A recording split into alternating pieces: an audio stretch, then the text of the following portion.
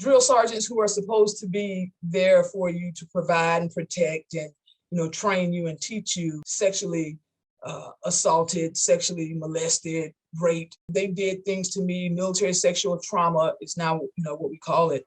It shouldn't have happened to me. It shouldn't happen to thousands of young girls, young women.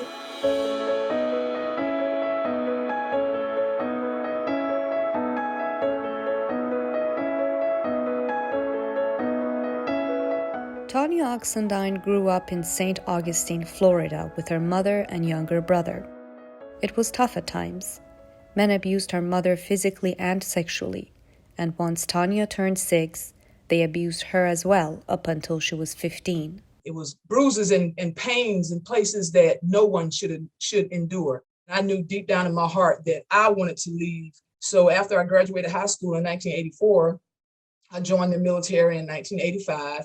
Tonya served in the United States Army for the next 30 years, including several years in the 82nd Airborne. I missed quite a few things about being in the Army. The teamwork, the discipline, the encouragement, the camaraderie, just being with one another, the leadership.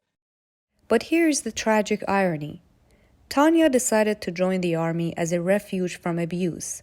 Yet her senior leaders raped and assaulted her during her basic training from the age of 19 to 20. The sexual assault continued off and on for 15 years, until the age of 35, when she had attained a high enough rank that no one dared harass her. And Tonya is not alone in this experience. Recent statistics are 1 in 4 women, 1 in 100 men have experienced military sexual trauma. In 2020, the Department of Defense received 7,816 reports of sexual assault. It is believed that about 75% of sexual assault cases go unreported. I did not tell my story until later on in life, 2012 or 2013, when I first went out and sought therapy. It just everything started tumbling down on me after my last deployment in Afghanistan.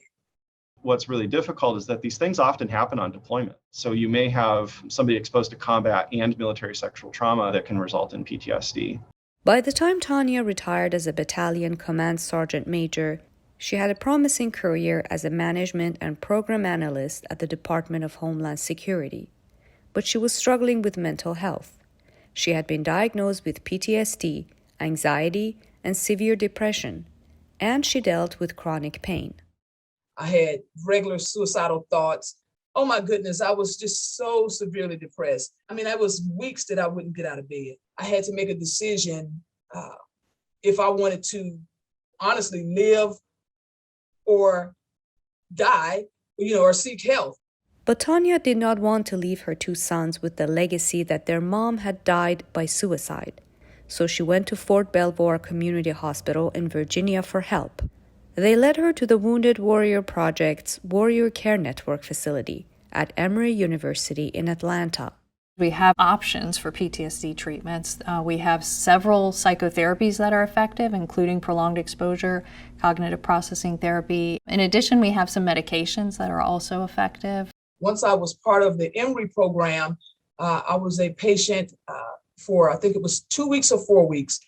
I still was considered a patient, and I got care for over 3 years with Emory. The hallmarks of the program at Emory are really working with an expert team to find ways to approach instead of avoid, really flipping PTSD on its head and reducing the PTSD-related avoidance. So we help people to approach the memories and to take their lives back from PTSD, find ways to do the things that they want to do again and have the life that they would like again.